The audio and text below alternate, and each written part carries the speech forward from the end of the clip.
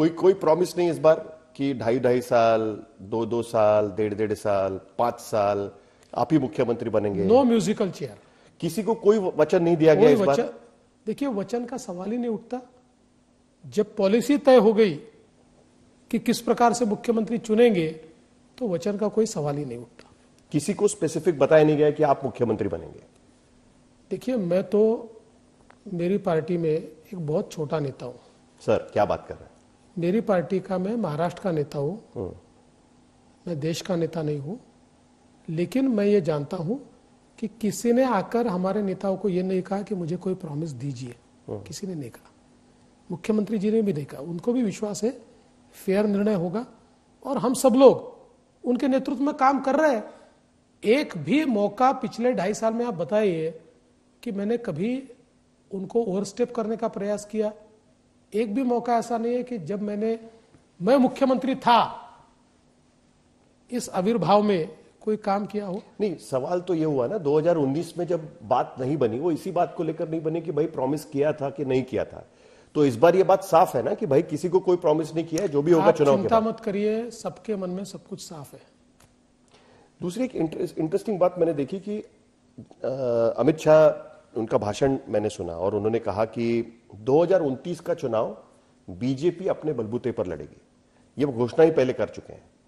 तो इसका मतलब क्या निकाला जाए? हम किस तरीके से इस चीज को देखें? 2024 चुनाव के शुरुआत के पहले ही, मतलब विधानसभा चुनाव के पहले ही अमित शाह कह रहे हैं कि 2029 के चुनाव हम अपने बलबूते पर लड़ेंगे। अभी इसका जो विश्लेषण है ये 20 तारीख के बाद करेंगे। अभी ये चुनाव महत्व का है। 29 का चुनाव बहुत बाद में आने वाला है, 5 साल उसमें और बाकी है। ये चुनाव को खत्म करते फिर एक और इंटरव्यू करेंगे, फिर उसमें पूरा विश्लेषण आपके सामने में करूंगा। पार्टी की तैयारी पहले से शुरू हो चुकी है। वो तो तैयारी अभी करेंगे ना, चुनाव के बाद करेंगे तैयारी। क्या आपको लगता है कि और सीटें आपको मिलनी चाहिए थी? क्योंकि मैं देख रहा हूं कि 16-17 लोग तो आपके अलायंस पार्टनर में गए हैं, और दरअसल आप 167 सीट पर चुनाव लड़ रहे हैं। 148 आपकी, 4 अलायंस पार्टनर की को आपने दिए छोटे वाले, और 16-17 लोग तो आपके अलायंस पार्टनर मतलब शिवसेना और एनसीपी में जाके चुनाव लड़ रहे हैं। देखिए, मैं थोड़ा इसको मजाकिया ढंग में जवाब देना चाहता हूं कि कई लोग ये कहते हैं कि जो लड़की पहले पसंद आ जाए उससे शादी कर लो। क्योंकि जब भी आदमी शादी करता है तो उसके मन में आता है कि उससे की होती तो ज्यादा अच्छा होता, उससे की होती तो ज्यादा अच्छा होता। इसलिए ये सब झंझट में पड़े बिना जो पहले पसंद है उससे शादी कर लो। तो हम लोगों ने शादी कर ली है, सीटें बांट दी है, अब कोई चिंता की बात नहीं है। अब इसमें आगे बढ़ेंगे। वो लोग आपके हैं कि उनके हैं? अभी हमारी है, सब हमारे है, चिंता मत करिए।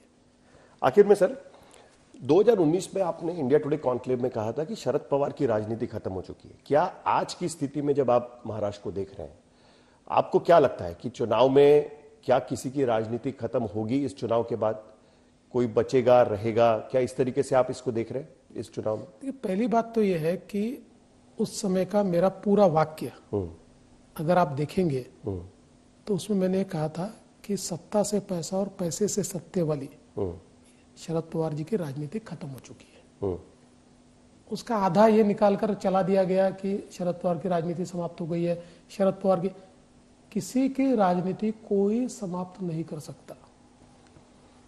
देखिए, मैं एक बात बोलता हूं, लोकतंत्र में केवल जनता किसी की राजनीति समाप्त कर सकती है। इसलिए मेरा अपना मानना है, जनता फैसला करेगी किसको रोकना है और किसको आगे बढ़ाना है।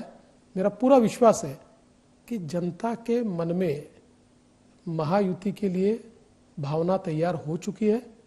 जनता हमको आशीर्वाद देगी, हमारी सरकार बनेगी। कोई एंटी इनकम्बेंसी जो लोकसभा में दिखाई दी, उसका कोई असर आपको नजर नहीं होगा? खास करके पश्चिम महाराष्ट्र में, विदर्भ में, जहां पर आपके खिलाफ पूरा माहौल गया। देखिए, मैं अगर सच बोलना चाहूं तो शायद बड़बोलापन दिखेगा, लेकिन कई जगह पर मुझे प्रो इनकम्बेंसी दिखती है।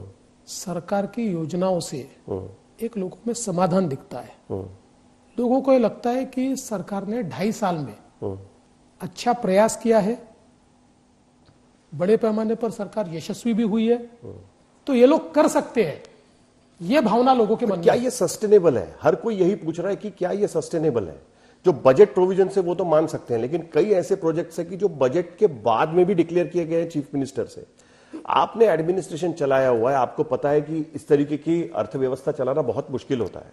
मैं ऐसा कहना चाहता हूं कि जितनी योजनाएं हम चला रहे हैं उनका सबका बजट प्रोविजन हमने किया हुआ है, और साथ साथ उसके बाद भी जो घोषणाएं हुई है, बहुत कम घोषणाएं हुई है, उसका बजट के ऊपर कोई असर नहीं है।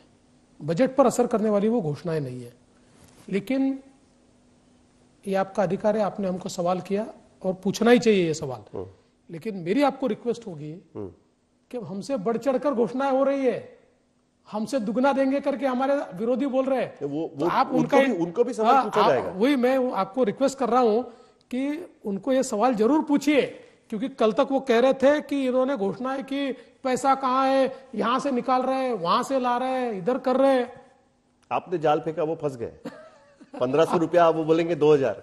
अब उनको पूछिए, क्योंकि अगर मुख्यमंत्री बोल रहे हैं कि हम 2000 देंगे। नहीं ला सकते तो वो कहां से कम मैं तो ये कहता हूं कि हमारे साथ केंद्र की सरकार है, उनके साथ कौन है? नहीं, केंद्र की सरकार उनके साथ नहीं रहेगी। अगर उनकी सरकार आएगी तो देखिए, इसलिए नहीं रहेगी क्योंकि रोज केंद्र को गाली देते हैं और उनको शर्म आती है केंद्र से पैसे लेने में, रोक देते हैं। कोविड के समय भी हमने देखा, इसलिए वो तो केंद्र को रोज गाली देने वाले, उनको तो शर्म आती है केंद्र की योजनाओं को लागू करने में, तो कैसे पैसा लेंगे?